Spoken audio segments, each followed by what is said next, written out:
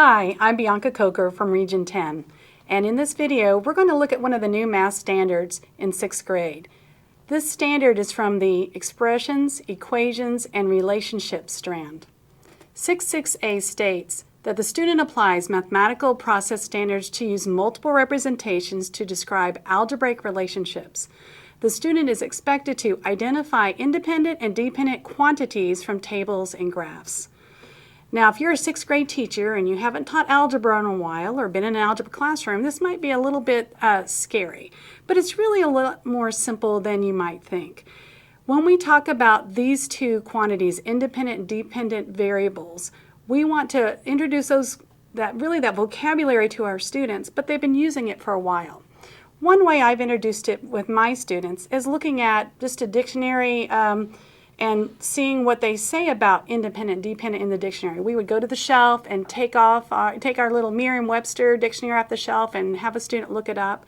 Or you can go online. This is an online definition from the Merriam-Webster online dictionary. And we look at independent and what that really means. And we have a little discussion about what's going on when something is independent.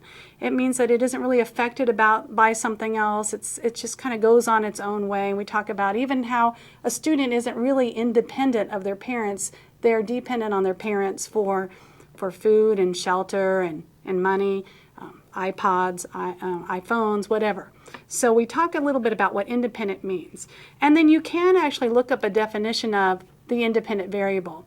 And you want to go over this with your students. You want to talk about it and have a nice little discussion about an independent variable being that variable that kind of is independent of whatever else is happening. It goes on. Time is something most people think of as an independent variable because no matter what's going on, time is still passing and other things are happening either in response to time or in themselves independent of time. So time tends to be one of those things that usually, but not always, is an independent variable. And then to contrast that, if it's not an independent variable, most of the time for us in math, it's a dependent variable. And so a dependent variable is one of those mathematical variables whose value is dependent on or determined by something else. Depending on the input value, the dependent variable is our output value.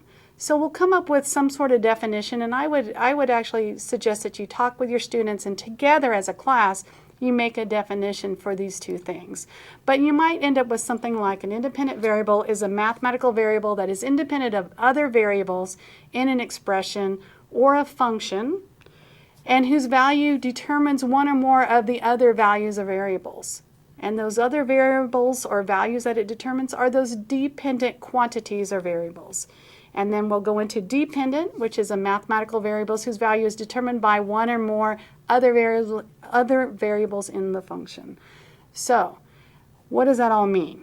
I usually like to put it this way with my students. The independent variable is the input amount. It's what goes into the function, and the dependent variable is the output amount. It's what comes out of the function. And you probably have seen those pictures where it has a little function machine and a conveyor belt, and going into the function machine is our input and coming out of our function machine is our output. So let's look at some situations to talk about this. In a few situations, even though this standard doesn't say identify independent and dependent variables in situations, let's look at how we would do that. In the first problem, we have Clark is wrapping presents. He needs 250 square centimeters of paper for each of the boxes that he's wrapping the presents in. So in this situation, talk to your students or think about yourself, what's independent of the other? Well, the first variable is how many presents, and the second variable is how much paper he needs to wrap those presents. So which one is independent of the other, or sometimes it's easier to say which one's dependent on the other. And you're right when you say that the amount of paper he needs depends on how many presents he has to wrap. So the number of presents then is our independent variable, and the dependent variable is the amount of paper he needs. Does that make sense? Let's look at another one. Clara is riding her scooter to her job nearby, and her scooter gets 78 miles per gallon. So in this situation, we have a couple of things happening. How many miles does Clara ride? and how much gas she needs. So thinking about those two variables, this is a situation where it can be kind of interesting. How much gas she uses depends on how far she drives, right? So then the amount of gas is our dependent variable, and how far she rides is our independent variable, or our input. But if you think about it, sometimes when you're a college student, you might only have a certain amount of gas, and that might determine how far she rides. So there can be cases made where the amount of gas is our independent variable, and our dependent variable is how far she rides. So don't get concerned if students start doing this chicken and the egg kind of thinking. As long as they can justify why one is independent and the other one is dependent, it's okay. And there are no hard and fast rules about which one has to be independent and which one has to be dependent. Let's look at another one. Sandy is learning Spanish. She learns 10 words the first month, and each month she basically doubles the previous month's learning and adding that to her vocabulary. So in this situation, we have two variables, and one is the number of months, and the other is the amount of words she's learned. If we look at those two variables, it seems like the more that time passes, the more she learns. So that would, to me, indicate that the amount of words is dependent on how much time she's been studying Spanish. So the time, or months, is our independent variable, and our dependent variable are how many words she's learned in her vocabulary. And then one more. Each year the water level at a nearby lake drops 10 feet. So this is a problem where we have, again, time may be expressed in years, and we have the water level expressed in feet. And so when we look at this situation, those two variables, it really seems to say that time is, again, our independent variable, because the amount of water in the lake depends on which year we're in. If we're in the future, if it keeps dropping, then that tells us that the water level will be lower because of the year we're in. So again, independent time, dependent lake level. All right? So let's look at what the heart of the standard is about. Identifying independent and dependent variables in tables. Well, I've kind of made a table here, and I suggest you do that with your students. In this table, we actually make a table, and we put independent and dependent as our labels. Independent is generally the left side of our table, the left column, and dependent is the right. So under independent and dependent, as we're talking to our students, we'll brainstorm what are some other words that are used for independent and dependent.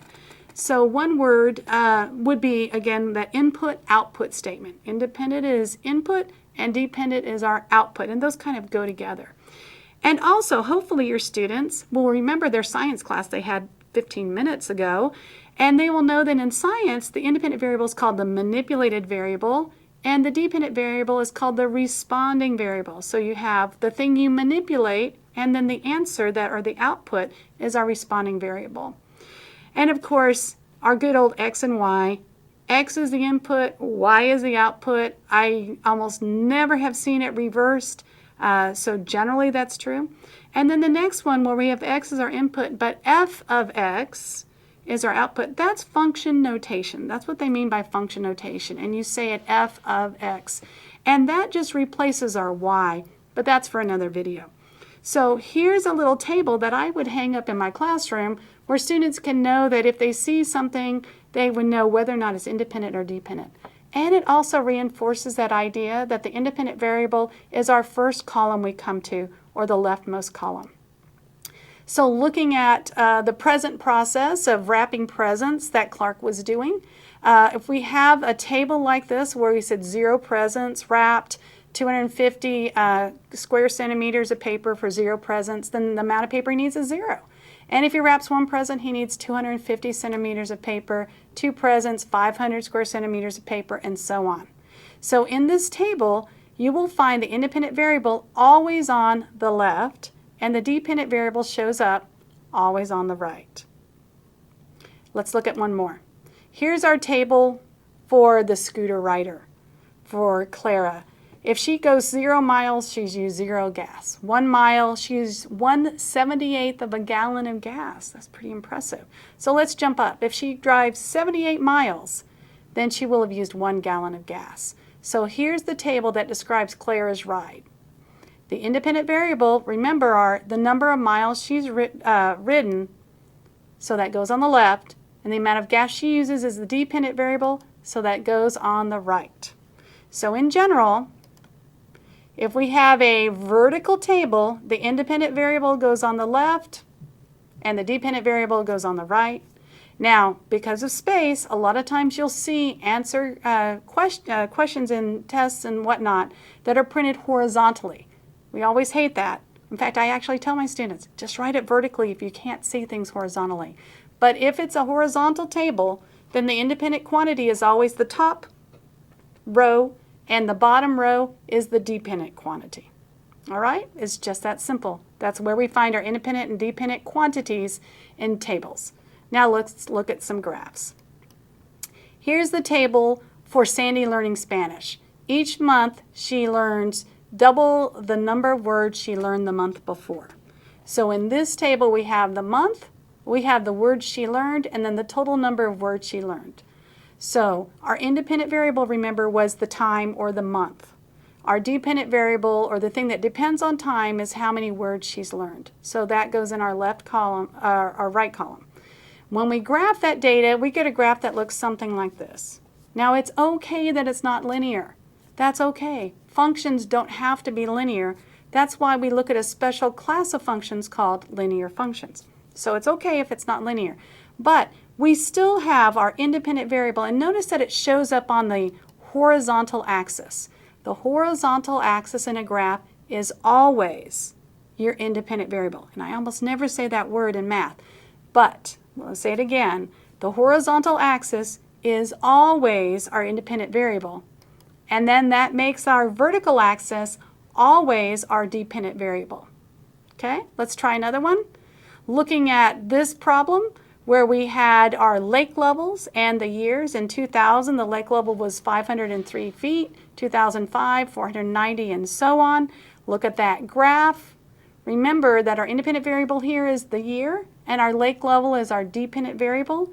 Our independent variable always goes on our horizontal axis, and our dependent variable always goes on our vertical axis. Okay, so I said always. However, when we're doing scatter plots, the students did those in 5th grade, or at least they will have done them in 5th grade in the future. When we're looking at a scatter plot, we're just determining if there is a relationship between two variables. We are not determining which one is independent and dependent. So in situations like scatter plots, we don't know which variable caused the other or if there is even a causation relationship. So in those cases, I don't care what variable you put where.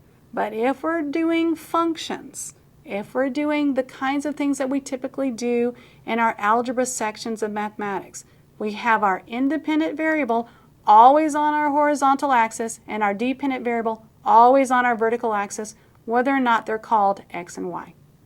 All right, it's really a simple standard, but we really need to introduce this terminology to our students. Good luck and have a great day.